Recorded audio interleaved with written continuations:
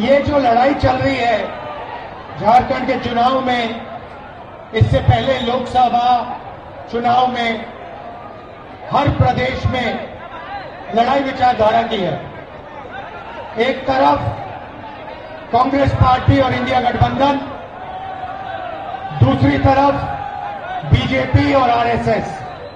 एक तरफ मोहब्बत, एकता, भाईचारा, इज्जत, दूसरी तरफ नफरत, हिंसा, क्रोध, अहंकार। ये लड़ाई है। हम कहते हैं कि संविधान को बचाना है। संविधान हिंदुस्तान का है। संविधान जनता की रक्षा करता है, गरीबों की रक्षा करता है। और बीजेपी चाहती है कि इस संविधान को खत्म किया जाए और जैसे पहले हुआ करता था वैसे एक बार फिर हिंदुस्तान को चलाया जाए। भाइयों और बहनों, कुछ साल पहले कन्याकुमारी से कश्मीर तक हमने यात्रा निकाली थी। 4000 किलोमीटर हम चले थे और एक ही मैसेज था, भारत जोड़ो यात्रा। 4000 किलोमीटर धूप में, बारिश में, आंधी में, तूफान में, बर्फ में हम चले। हमारा मैसेज था, हिंदुस्तान को जोड़ना है, भारत को जोड़ना है, सबको एक साथ लेकर आगे चलना है। और हमने नारा दिया था, नफरत के बाजार में हम मोहब्बत की दुकान खोलेंगे। और यही हम आपको कहने आए हैं। नरेंद्र मोदी जी और बीजेपी के लोग, आरएसएस के लोग हिंदुस्तान को बांटते हैं, एक धर्म को दूसरे धर्म से लड़ाते हैं, एक जात को दूसरी जात से लड़ाते हैं, एक भाषा को दूसरी भाषा से लड़ाते हैं। कांग्रेस पार्टी हिंदुस्तान को जोड़ने का काम करती है। हम अंग्रेजों से लड़े और हमने आपको संविधान दिया। अंबेडकर जी ने, गांधी जी ने, इन सब ने आपको संविधान दिया। और आज अगर गरीबों की कोई रक्षा करता है, किसानों की कोई कुछ चीज रक्षा करती है, मजदूरों की, तो ये है हमारा संविधान। और मैं आपको मैसेज देना चाहता हूं, इस संविधान को कोई नहीं खत्म कर सकता है। इस संविधान की रक्षा हिंदुस्तान की जनता, कांग्रेस पार्टी, इंडिया गठबंधन करेगी। भाइयों और बहनों, आप जानते हो हिंदुस्तान में बेरोजगारी फैल गई है। जहां भी आप देखो, नरेंद्र मोदी जी ने और उनकी जो पॉलिसीज हैं, उन्होंने हिंदुस्तान में सबसे ज्यादा बेरोजगारी लाई है। नोटबंदी, गलत जीएसटी, ये पॉलिसीज नहीं है, ये गरीबों को मारने के, किसानों को मारने के, मजदूरों को मारने के हथियार हैं। भाइयों और बहनों, जितना पैसा हिंदुस्तान का, भैया ये जो सरदार जी हैं, ये जो आपने, नहीं खड़े हो, ये जो आपने शर्ट खरीदी है, कितने की खरीदी? 500 रुपए की खरीदी। आपने इसमें कितना परसेंट जीएसटी दिया? कितना परसेंट जीएसटी लगता है इस टी शर्ट पे? 18%। अगर गौतम अदानी यही शर्ट खरीदता, 500 रुपए की शर्ट खरीदता, तो जितना हमारे मित्र ने जीएसटी में पैसा भरा है, उतना ही अदानी जी देगा। इनकी आमदनी कितनी है और अदानी की कितनी है, आप जानते हो। भाई और बहनों, जीएसटी, नोटबंदी गरीबों को, किसानों को, मजदूरों को मारने के हथियार हैं। ये चाहते हैं कि गरीबों के जेब से पैसा निकले किसानों के, मजदूरों के जेब से पैसा निकले, छोटे व्यापारियों के जेब से निकले और अरबपतियों के जेब में जाए। मैं आपसे पूछना चाहता हूं, नरेंद्र मोदी जी ने आपका कितना कर्जा माफ किया है? आपके बच्चों का जब वो लोन लेते हैं, यूनिवर्सिटी का लोन लेते हैं, कितने रुपए माफ किया नरेंद्र मोदी ने? जब आप कर्ज में जाते हो, नरेंद्र मोदी जी ने कितना आपका कर्ज माफ किया है? 1 रुपया नहीं। भाइयों और बहनों, नरेंद्र मोदी ने अदानी और अंबानी जैसे 25 लोगों का 16 लाख करोड़ रुपया कर्जा माफ किया है। उनके लिए जो भी वो चाहते हैं प्रधानमंत्री करने को तैयार है, मगर आप कर्जा माफी मांगो, रोजगार मांगो, आपको नरेंद्र मोदी जी, बीजेपी के लोग कुछ नहीं देते हैं। इसीलिए कांग्रेस पार्टी ने, इंडिया गठबंधन ने झारखंड में निर्णय लिया है, जितना पैसा ये लोग अरबपतियों को देते हैं उतना पैसा हम आपके बैंक अकाउंट में डालेंगे।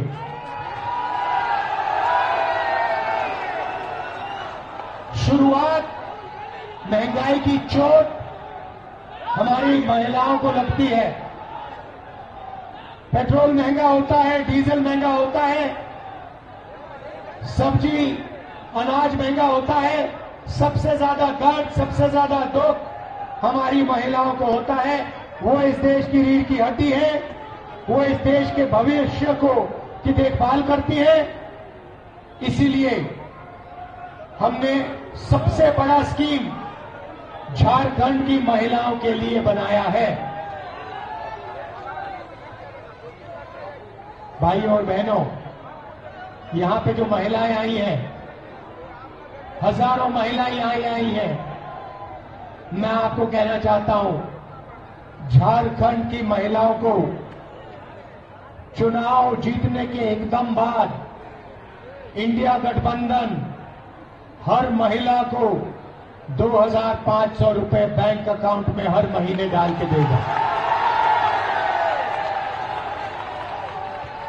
जनवरी, फरवरी, मार्च, अप्रैल, मई, जून, जुलाई, अगस्त, सितंबर, पहली तारीख को आपके बैंक अकाउंट में खटाखट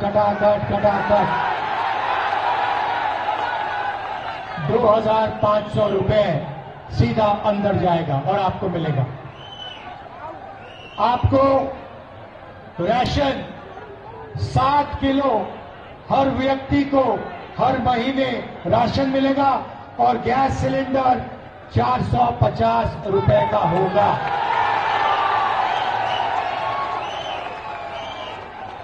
ये है हमारी पहली गारंटी महिलाओं की। बैंक अकाउंट में 2,500 रुपए ठकाठक। गैस सिलेंडर 450 रुपए का और 7 किलो राशन हर व्यक्ति को हर महीने।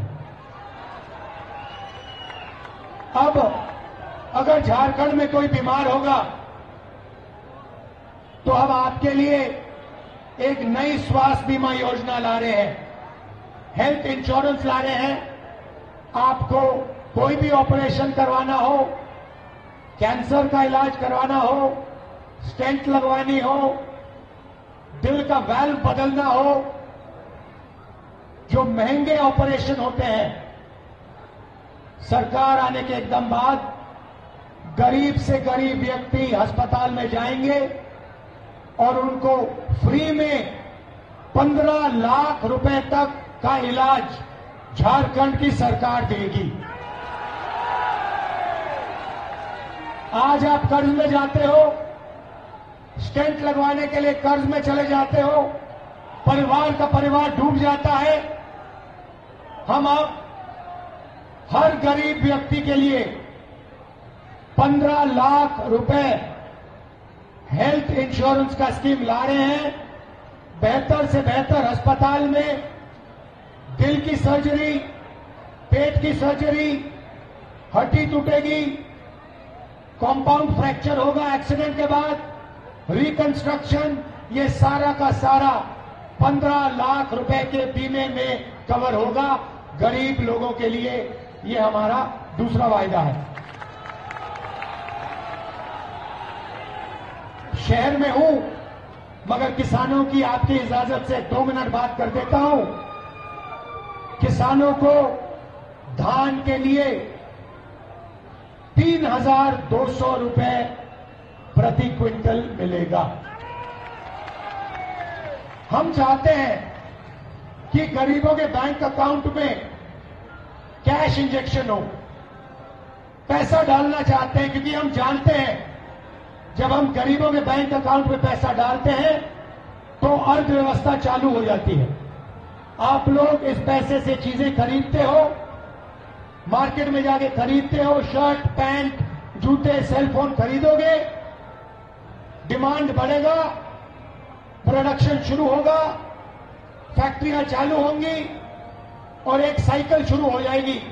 आपके बैंक अकाउंट में पैसा जाएगा, आप खर्च करोगे, माल खरीदोगे, फैक्ट्रियां चालू हो जाएंगी, फैक्ट्री में आपके बच्चों को रोजगार मिलेगा। ये आइडिया है।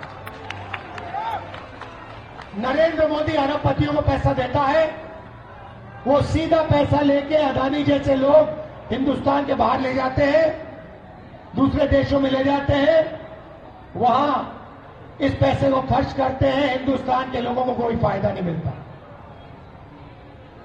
अगला वायदा, युवाओं के लिए नरेंद्र मोदी जी ने आपको बेरोजगार बनाया, मगर हम आपको आपकी शिक्षा के लिए हर ब्लॉक में एक डिग्री कॉलेज खोलने जा रहे हैं और हर डिस्ट्रिक्ट में हम प्रोफेशनल कॉलेज आपके लिए खोलने जा रहे हैं। 500 एकड़ का इंडस्ट्रियल पार्क युवाओं के लिए रोजगार देने के लिए हर डिस्ट्रिक्ट में खुलेगा और 10 लाख युवाओं को हम झारखंड में प्राइवेट सेक्टर में और पब्लिक सेक्टर में रोजगार देने जा रहे हैं, सरकार में रोजगार देने जा रहे हैं। आखिरी बात, एक आपके सामने दीवार बनाई गई है। कहा गया है कि 50% से ज्यादा रिजर्वेशन नहीं मिल सकता। मैंने पार्लियामेंट में साफ कह दिया और यहां मैं दोहराना चाहता हूं कि कांग्रेस पार्टी और इंडिया गठबंधन ये जो रिजर्वेशन में 50% वाली दीवार बना रखी है, इस दीवार को हम तोड़ के परे कर देंगे, हटा देंगे। झारखंड में दलितों को 10% से बढ़ाकर 12% रिजर्वेशन मिलेगा, आदिवासियों को 26% से बढ़ाकर 28% मिलेगा, पिछड़े वर्ग को 24% से बढ़ाकर 27% रिजर्वेशन मिलेगा। हम ये करके देंगे। भाई और बहनों, देश में 8% आदिवासी हैं, 15% अल्पसंख्यक हैं, 15% दलित हैं, 50% पिछड़े वर्ग के लोग हैं। मगर आज तक अगर आप पूछें तो ये सच्चाई लोगों को नहीं मालूम है। इसीलिए हमने कहा है कि हम जाति जनगणना कराना चाहते हैं। हम पता लगाना चाहते हैं कि इस देश में कितने पिछड़े वर्ग के लोग हैं। हमारा अंदाजा है कि 50% है, मगर हम पक्का पता लगाना चाहते हैं। हम पता लगाना चाहते हैं अल्पसंख्यक कितने हैं, दलित कितने हैं, आदिवासी कितने हैं, और उसके बाद हम यह भी पता लगाना चाहते हैं कि इस देश की संस्थाओं में, इंस्टीट्यूशंस में, कॉर्पोरेट इंडिया में, मीडिया में अल्पसंख्यक कितने हैं, पिछड़े वर्ग के लोग कितने हैं, दलित लोग कितने हैं, आदिवासी कितने हैं और गरीब जनरल कास्ट के कितने लोग हैं, हम ये पता लगाना चाहते हैं। अब आप कहोगे भाई इससे क्या फायदा होगा, मैं आपको बताता हूं। भाई और बहनों, आप जीएसटी देते हो नहीं देते हो? आपको पता भी नहीं लगता। शर्ट खरीदते हो जीएसटी, खाना खाते हो कहीं जाके जीएसटी, दुकान में चीजें खरीदते हो जीएसटी, आपके जेब से हर सेकंड जीएसटी निकलता है। जीएसटी निकलता जाता है, निकलता जाता है, निकलता जाता है। कहां जाता है वो पैसा? वो पैसा हिंदुस्तान की सरकार के पास जाता है और फिर हर साल हिंदुस्तान की सरकार निर्णय लेती है कि उस पैसे को कैसे खर्च किया जाए। सही बात?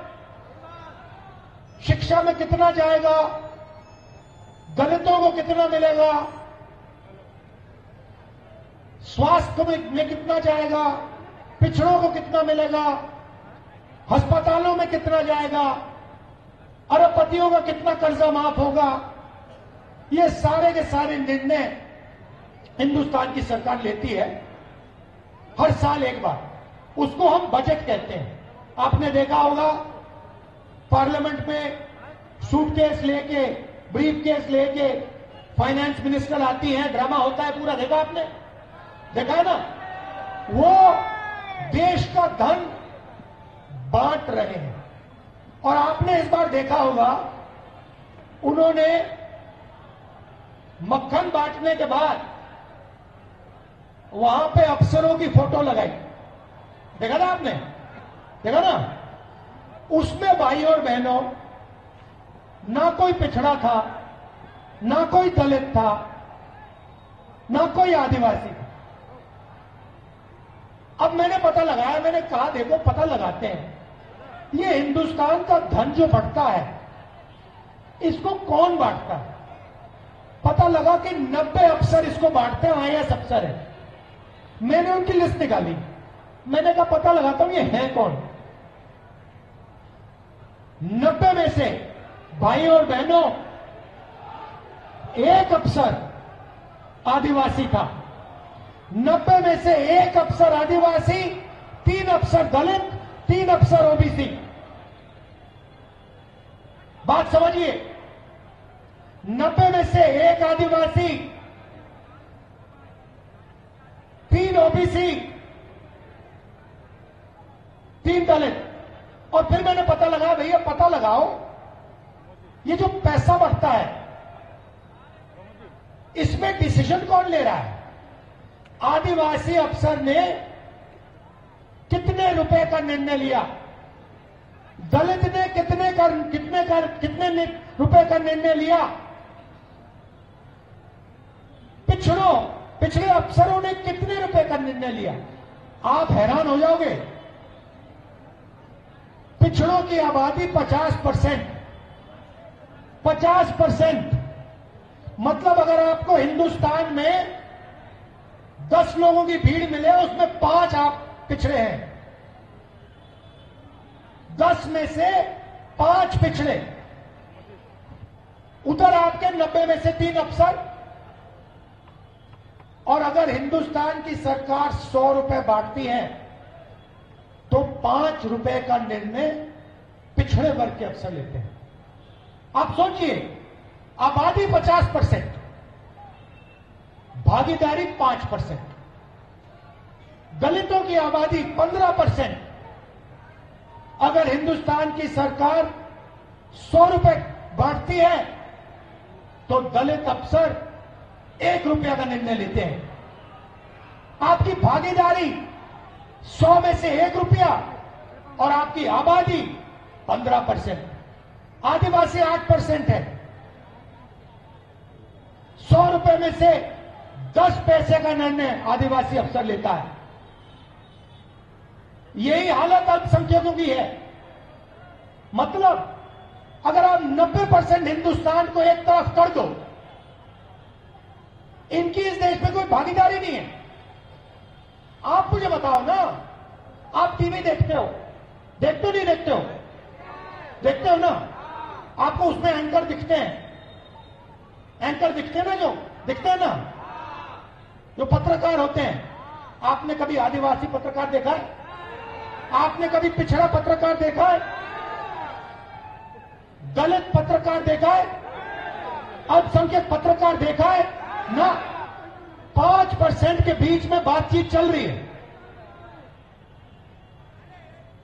मगर आपको टीवी पे कभी किसान दिखा, मजदूर दिखा, छोटा व्यापारी दिखा? ना। अंबानी की शादी दिखी? नाच गाना दिखा अंबानी की शादी में? तो ना आप मीडिया में हो, ना आप सरकार में हो। प्राइवेट अस्पतालों की लिस्ट निकाल दो, उनकी मालिकों की लिस्ट निकालो, मुझे बता दो। ये जो है सारे बड़े बड़े प्राइवेट अस्पताल, इनका मालिक एक ओबीसी, एक दलित, एक आदिवासी, एक अल्पसंख्यक, मुझे दिखा दो, मान जाऊंगा मैं। Private university, private college, private अस्पताल, हिंदुस्तान की 500 सबसे बड़ी कंपनियां, उसमें मुझे 90% से एक बंदा दिखा दो, मैं मान जाऊंगा। यह मैं आपको बताने आया हूं। इस देश में आपकी भागीदारी है ही नहीं। आप सिर्फ जीएसटी देते हो, आप सिर्फ मजदूरी करते हो। ये जो इमारतें हैं, ये आपने बनाई, ये जो सड़कें हैं, ये जो फ्लाईओवर हैं, ये आपने बनाए। मगर ये जो मॉल आप बनाते हो, इनमें जो रेस्टोरेंट हैं, इनमें जो दुकानें हैं, आप इन दुकानों में, इन रेस्टोरेंट में अंदर ही नहीं जा सकते। आपको जूता मार के बाहर कर देंगे। ये सच्चाई है। 90% को अंदर नहीं जाने देंगे। तो मैं ये आपसे कहना चाहता था, यही है आपका रखवाला, यही हिंदुस्तान के गरीब को, कमजोर को, किसान को, मजदूर को, छोटे व्यापारी को बचा सकता है। और अब नरेंद्र मोदी, बीजेपी, आरएसएस इसको खत्म करने की कोशिश कर रहे हैं। मैं आपको बता रहा हूं, इसको हम कभी छूने नहीं देंगे। खत्म करने की बात छोड़ो, छूने नहीं देंगे।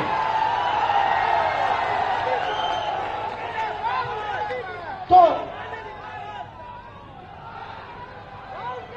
अब यहां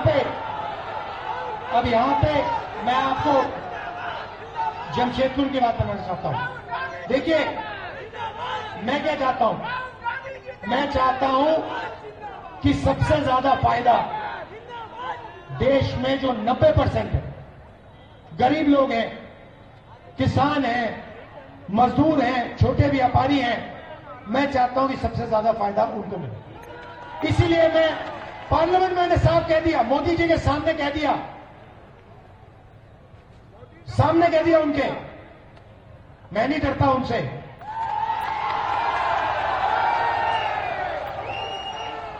आजकल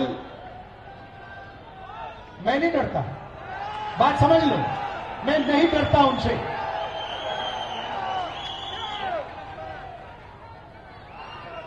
और एक और बात समझ लो, लंबी लड़ाई है, नरेंद्र मोदी को हम हराएंगे। देख लेना, लिख के ले लो, नरेंद्र मोदी को हम हराएंगे। तो मैंने उनके सामने कह दिया, नरेंद्र मोदी, आप जाति जनगणना नहीं कराना चाहते हो। जब हम जाति जनगणना की बात करते हैं, आप चुप हो जाते हो, आप भाग जाते हो। आप जाति जनगणना मत करो। कांग्रेस पार्टी और इंडिया गठबंधन जाति जनगणना लोकसभा में पास करेगा। तो मैंने वहां सामने कहा कि देखिए नरेंद्र मोदी जी, आप जाति जनगणना नहीं करोगे, मैं जानता हूं, क्योंकि आप अरबपतियों के हो, अदानी के हो, अंबानी के हो। मगर कांग्रेस पार्टी, इंडिया गठबंधन जाति जनगणना को इसी लोकसभा में यही पास करके दिखाएंगे। ये हमारा वायदा है। 50% वाली दीवार को हम तोड़ेंगे, रिजर्वेशन को 50% से ज्यादा ले जाएंगे और जाति जनगणना हम करके दिखाएंगे।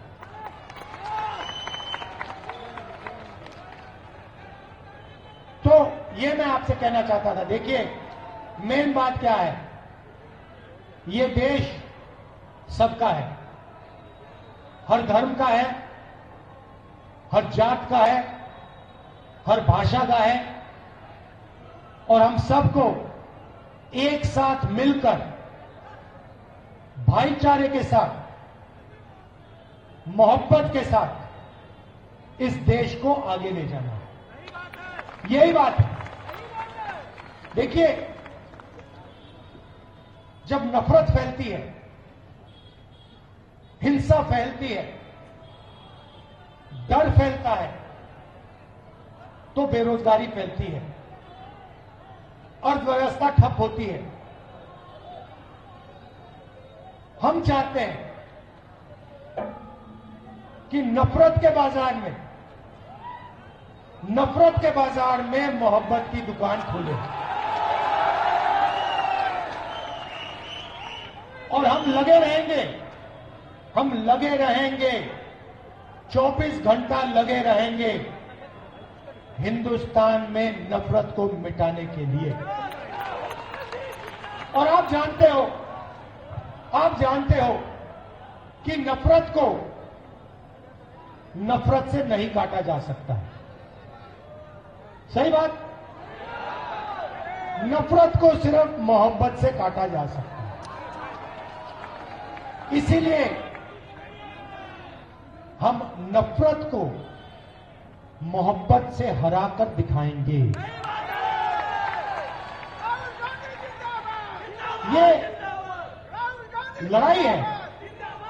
एक तरफ नफरत से भरे हुए लोग हैं, डरे हुए लोग हैं, आरएसएस के लोग, बीजेपी के लोग। इनके आपने चेहरे देखे होंगे, मुस्कुराते नहीं है ये लोग।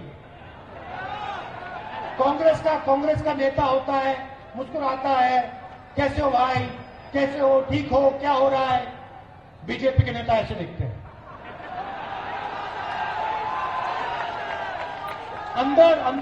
अंदर नफरत है, अंदर डर है। तो इनके अंदर जो नफरत है, इनके अंदर जो डर है, इसी को हम मिटाने जा रहे हैं। ये लड़ाई है। और ये जो है ना, इसको बचा के रखना है। ये आप सबकी जिम्मेदारी है, हमारी जिम्मेदारी है, देश के युवाओं की जिम्मेदारी है। इसको आप भूलिए मत। अगर इस पर कोई आक्रमण करे, हिंदुस्तान की एकता पर, भाईचारे पर, तो फिर आप डट के उसके सामने खड़े हो जाइए। हम आपके साथ हैं, हम भी खड़े हैं। एक साथ मिलकर संविधान को बचाना है और इसकी रक्षा करनी है। मेरे लिए कोई भी काम हो, हमारी यहां जब सरकार बनेगी, मेरे दरवाजे आपके लिए खुले हैं, यहां और दिल्ली में लोकसभा। आप सबका दिल से बहुत बहुत धन्यवाद। नमस्कार, जय हिंद।